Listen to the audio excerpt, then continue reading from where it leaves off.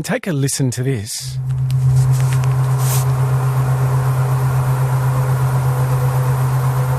Yes, that rather annoying sound has been waking people up, keeping them awake even for about 9 weeks. It's a pretty loud hum, we're told.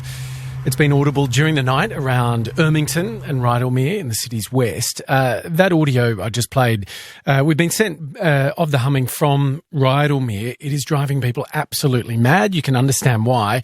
The state's Environmental Protection Authority is now investigating. We're going to catch up with them after 9 o'clock to see where their investigations led them. But I would like to hear from you this morning.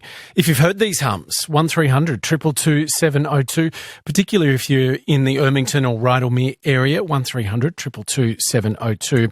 Parramatta City Councillor Kelly Daly has been inundated, she says, by people affected by the humming. She's here in the studio with me this morning. Good morning to you. Good morning, Hamish. So when did first people start contacting you? Probably about a month ago. I think to start with, people probably thought, am I imagining it? Is it just me?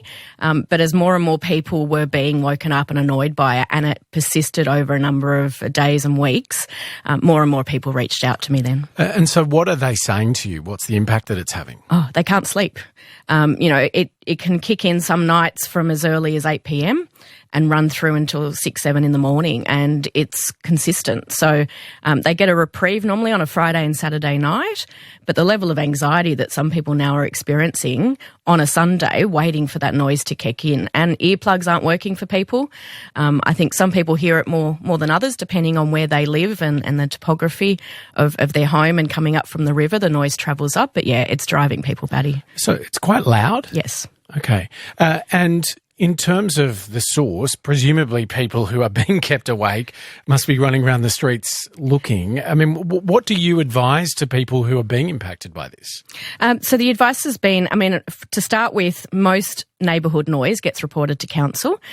So council was looking into it to start with, but we do believe it's a business in Camellia that's under the regulatory authority of the EPA. So we've been advising people to contact the EPA. And so in terms of the noise levels or impacts, does this, on the face of it, breach any council rules? Again, it wouldn't be council rules, it'd be the EPA, so I'd be interested to hear what they have to say. But it took us a while to locate the noise. When people were reporting to start with, they weren't sure which direction it was coming in. So it's taken a while, but yeah, there have been a number of residents that have taken to driving around the streets to find where the noise is. Parramatta Councillor Kelly Daly is here. We'd love to hear from you if you have heard any of these noises, 1300 222 702. There is tunnelling happening nearby for the West Metro Rail. I imagine a lot of people locally might be wondering, is this the source of it? Absolutely, and it was the first thing I thought of as well. The boring machines, though, now are at Westmead, and this sort of noise would have been something we would have assumed to have happened a few months ago when they were more near Parramatta. So it was one of the things that we first discounted. We also then thought it might be police drones. There's been a range of things that we've looked at. It was particularly happening as well after rain, so we thought it was a water pump at a construction site. We've got some large development happening around Melrose Park at the moment. So, but there's been a range of sources that we've had to go through to eliminate. We're going to hear from someone who is being impacted by this in just a moment. But in terms of actions, can local council not do anything more than refer people to the EPA? Yeah, we've been working with the EPA because it's impacted so many people. Our staff have also been out there with the EPA working together to identify the source. So, and now it's really up to the EPA to do further testing of a night time to see if the noise is within the right parameters. But given the impact that it's having, something definitely needs to change. And has council made any direct contact with the business that it suspects? No, it's not for us to do that, but the EPA, and I look forward to hearing what they have to say this morning. Okay, Kelly Daly, appreciate you coming in this morning. As I say, the EPA will be here after 9 o'clock. One person who has been affected by the humming is Brenton Potter, who lives in Ermington. He actually recorded this audio, which I'm about to play you. He's run it through something called a spectrogram to analyse the sound.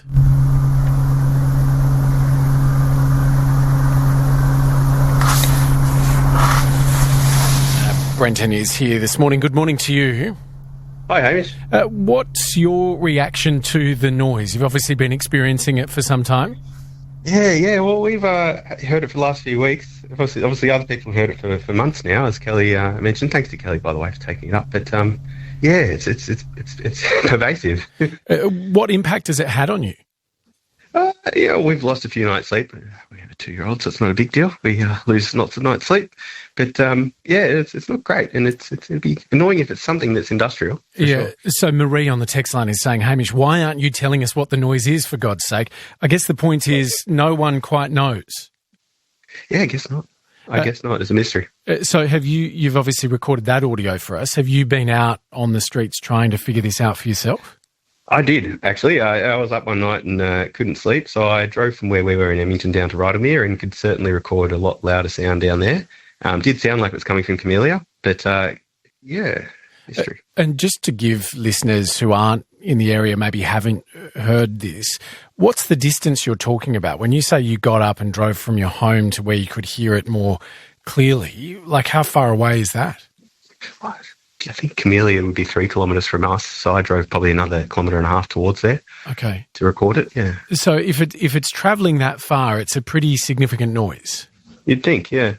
And what is it that you want the authorities to do? Obviously, the EPA is investigating. Yeah, I guess if they find something that's evidence of something that's out of order, then, sort it out. But it's interesting that it is only something that's recently popped up. Yeah, okay. Brenton, really appreciate your time this morning. Thank you very much. Yanitza is here. You've been listening to this conversation. What have you been hearing? I've been hearing it's like a low hum, but it's so loud when it happens. It's quite scary because it's the dead of night. And so I got up, looked out my window and I thought, is that a UFO landing or what is that? I mean, obviously it isn't, but it was that eerie. And then I thought, could it be an aeroplane, like some army heavy-duty one? But they wouldn't be flying at that time of night, I wouldn't think. So, but it doesn't go on all night. And so I sleep well, so I don't know if it goes on every night. I just had gotten up to go to the toilet or I've done something else. And it's like, what is that sound? So whereabouts are you? Which part of Sydney are you in? Oh, curiously, yes, I'm in 5 Dock. Okay, well, that's a long way from... Well, it is, but it's just on the other side of the river where Camellia would be, so it's sort of close to Parramatta River. Okay. I think it's still a fair distance. You need to appreciate your call this morning. 1300 222 702 is the number. Let me know if you've heard this, 1300 222 702. Kelly Daly, just in terms of questions for the EPA, do you know how long this process is going to take? No, so I'd like to know. I think the difference is people don't like being woken up by a garbage truck, right? But it's a one-off once a week. So people want to know, is this going to continue? And as Brendan said, it's only been happening in the last few months. So if it is a business, what's changed and how do we make this stop? Kelly Daly, thank you very much for your time this morning. 1300 222 702. Have you heard this noise?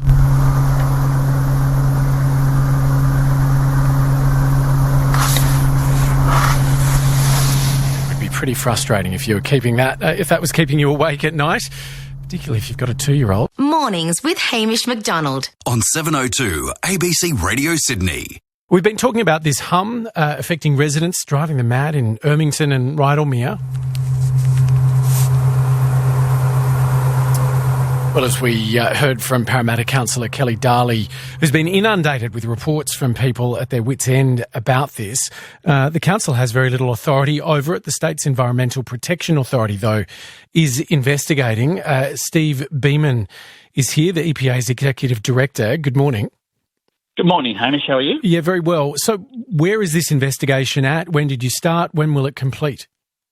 Well, in good news, Hamish, we've been able to narrow down potential sources of low-frequency humming noise to 3 industrial premises at Camellia Peninsula.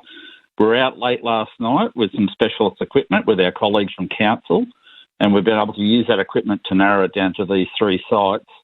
And I really want to assure the community that we're onto this, and we'll be onto the companies this morning to get them to identify and rectify any requirements they need to have at their facilities. And so when did you first get notified by people concerned about this?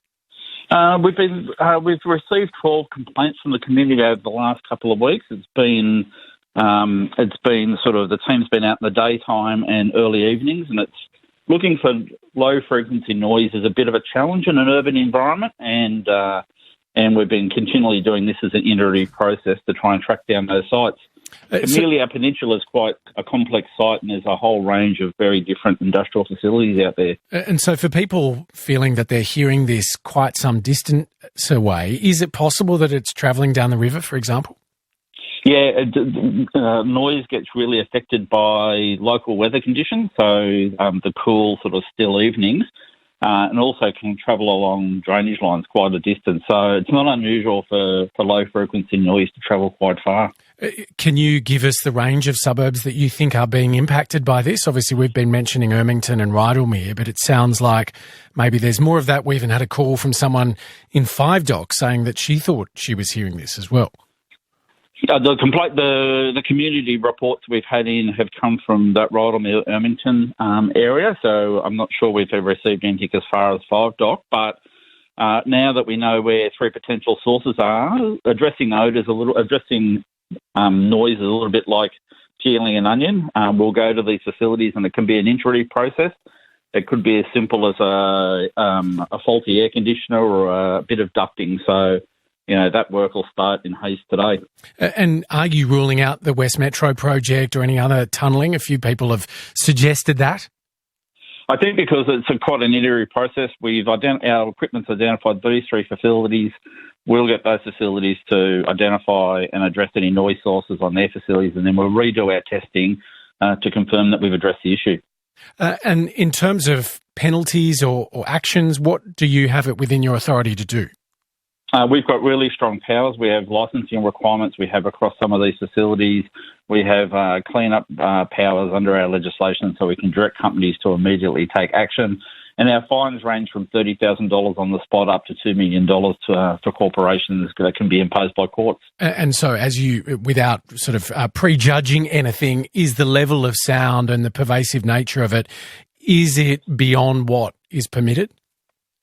We don't want these low-frequency noises impacting local communities. That's why we've jumped onto this one. We'll get the businesses to do their assessments and get them to rectify and minimise any noise impacts on those communities. All right. Just very briefly, obviously a lot of people very concerned about this. What's the timeline on that? Like, if you're saying you've identified three businesses, you're contacting them today, how long do they have to figure this out? So we'll talk to the companies today, and then we'll get them, depending on the complexity of the businesses, we'll get them to do their assessments, but we'll try and rectify this problem as quickly as we can. Can you be more specific than that? There's a lot of people having sleepless nights. Yeah, no, all I can say is, like I said, it's complex. Some of these sites are very big sites, so we'll talk to them today and we'll try and get them. We'll get the companies to address it as quickly as we can. Are we talking weeks, days, months? We'll need to see what type of rectifications need to be put in place. Okay. Steve Beeman from the EPA, thank you very much. Thanks, Hamish.